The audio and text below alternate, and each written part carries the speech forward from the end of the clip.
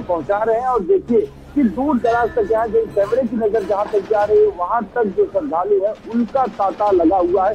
हालांकि अगर हम व्यवस्थाओं की बात करें तो 3 दर्जन ऐसे स्नान घाट बनाए गए हैं जहां पर श्रद्धालु भोर से ही आस्था की डुबकी लगा रहे हैं। घाटों पर सुरक्षा के 4 चौबंद इंतजाम किए गए हैं। डीप वाटर बैरिकेडिंग की गई है जिससे कि श्रद्धालु गहरे पानी में न जाए, किसी तरीके की अपनी घटना न हो। जल पुलिस और एनडीआरएफ की भी घाटों पर तैनाती कर की गई है। सादे कपड़ों में जो पुलिस के जवान हैं वो वहां पर तैनात कर दिए गए हैं। तो कुंभ मेले का आगाज हो गया है और कुंभ मेला जो 24 सेक्टर में बसाया गया है वहां पर पूरी तरीके से जो वाहन है उसको प्रतिबंधित कर दिया गया है। कल शाम से ही मेला क्षेत्र में वाहनों को पूरी तरीके से प्रवेश वर्जित कर दिया गया था। कल शाही स्नान है, यानी मकर संक्रांति पर जो अखाड़े शाही स्नान करते हैं कल शाही स्नान है और कल अखाड़े भी स्नान करेंगे। ये जो ज्यादातर श्रद्धालु आज पूर्णिमा के स्नान पर आए हैं वो यहाँ पर रात्रि में रुकेंगे। उसके बाद कल जो मकर संक्रांति का स्नान है वो करके जाएंगे, क्योंकि माघ के महीने में संगम स्नान का विशेष महात्मा है। गोस्वामी तुलसीदास जी ने रामचरितमानस में भी अपनी चौपाई में लिखा है कि माघ मकर रवि गति जब हुई तीर्थ पति आई सब कोई देव धनुज नर किन्नर सेनी सागर मध्य सकल त्रिवेणी। यानी ऐसी पौराणिक कथाएं हैं कि जो ब्रह्मांड के देवी देवता है जब माघ का महीना लगता है तो वो संगम यहाँ पर आ जाते हैं, प्रयागराज आ जाते हैं और उसके बाद पूरे माघ तक यहाँ पर रहते हैं। और यही वजह है कि जो बड़ी तादाद में कलवासी हैं, कलवास करते हैं, लाखों की इस समय संख्या है जो कलवास करने वाले जो कलवासी हैं वो यहाँ पर पहुंच चुके हैं। और आज स्नान यानी पौष पूर्णिमा के स्नान के बाद ही वो संकल्प लेकर संगम की रीति पर 1 महीने तक कठिन तप करेंगे। यानी पौष पूर्णिमा से और माघी पूर्णिमा तक 1 महीने तक यहाँ कलवासी भी रहेंगे, वो भी पहुंच चुके हैं। लेकिन जिस तरीके से बड़ी तादाद में जो श्रद्धालु देर रात से ही मेला क्षेत्र बिल्कुल ये कल्पवास भी बड़ा ये कहा जा सकता है कि कठिन तप है। बहुत सारी चीज़ों को बिल्कुल कहा जा सकता है प्रयोग नहीं किया जाता है। हमारे साथ प्रियव्रत भी लगातार जुड़े हैं। प्रियव्रत, आपके आसपास तमाम श्रद्धालुगण हैं, कितने उत्साहित हैं क्योंकि आज पहला स्नान है। आज की जो तस्वीर है वो अपने आप में अलौकिक है। व्यवस्थाएं क्या देख पा रहे हैं घाटों पर? श्रद्धालु उन व्यवस्थाओं से पूरी तरह से संतुष्ट नजर आ रहे हैं? क्या कहना है तमाम श्रद्धालुओं का, आपने अगर बातचीत की हो? जी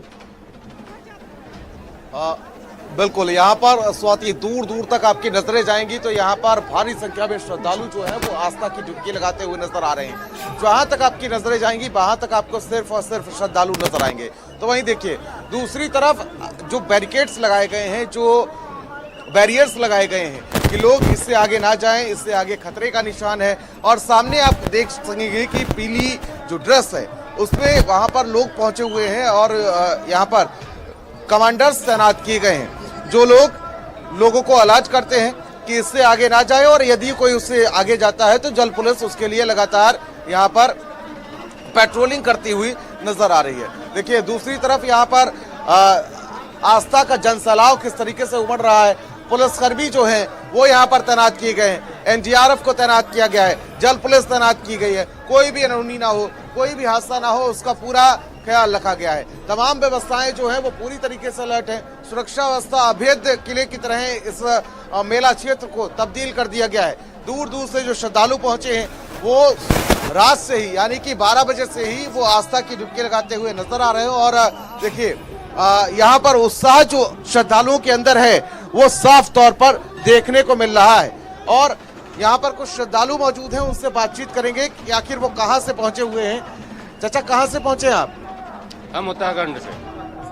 लंबा सफर तय करके पहुंचे हुए हैं, उत्साह आ रहा है यहाँ पहुंचकर? बहुत बहुत आ रहा है, बहुत आनंद आ रहा है योगी जी के राज्य में। यहाँ कैसा? हम उत्तराखंड से आए हैं। योगी जी बहुत अच्छा बनाए रखा है, बहुत लाभदायक हो रहा है, पुण्य हो रहा है लोगों को। इसके साथ मैं चाहता हूं कि आगे के लिए योगी जी हर बार यहाँ आता रहे, मुख्यमंत्री का रूप से, आगे प्रधानमंत्री का रूप से आता रहे। और अगर बात की जाए तो आपके यहाँ हरिद्वार में महाकुंभ का आयोजन होता है, व्यवस्थाओं में क्या फर्क देख रहे हैं यहाँ की? वहाँ भी अच्छा ही होता है, यहाँ भी उससे बड़ा हो रहा है। प्रदेश बड़ा है और उत्तराखंड में प्रदेश थोड़ा छोटा है, लेकिन वहाँ भी अच्छा व्यवस्था है। हमारे धामी जी मुख्यमंत्री है, हमारे सितारगंज से भाई कैबिनेट स्वरो बहुगुणा। बिल्कुल, देखिए यहाँ पर हर जो श्रद्धालु पहुंचा हुआ है वो उत्साहित है। आप कहाँ से पहुंचे? झांसी से। झांसी से। स्नान कर लिया आपने? हैं? स्नान हो गया जी। बहुत बढ़िया, बहुत अच्छा लगा। व्यवस्थाएं कैसी देखी? व्यवस्था बहुत अच्छी है, बहुत बढ़िया, एकदम फर्स्ट क्लास। कोई परेशानी हुई यहाँ पर? नहीं, कोई परेशानी नहीं। आप कहाँ से पहुंचे चाचा? झांसी से आए हैं। बहुत ही अच्छी व्यवस्थाएं हैं, किसी प्रकार की कोई परेशानी नहीं हुई है। रेलवे स्टेशन से यहाँ तक आने में कोई दिक्कत नहीं, बहुत बढ़िया अच्छी तरह से स्नान हुए हैं। यहाँ पर घाटों की व्यवस्था कैसी लग रही है? बहुत बढ़िया व्यवस्था है। तो देखिए हर कोई यहाँ पर उत्साहित है, हर कोई यहाँ पर आनंद की अनुभूति उठा रहा है और साथ ही साथ देखिए जिस तरीके से कहा जाए तो हर कोई इस महत्वपूर्ण पल का साक्षी बनना चाहता है।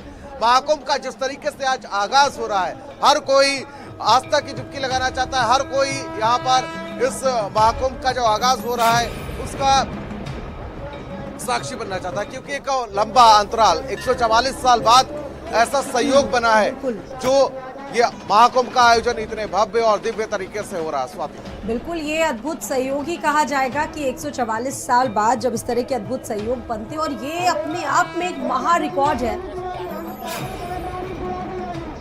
और मेरे साथ इस वक्त धीरेन्द्र मौजूद है, एक बार रुक कर लेते हैं धीरेन्द्र का।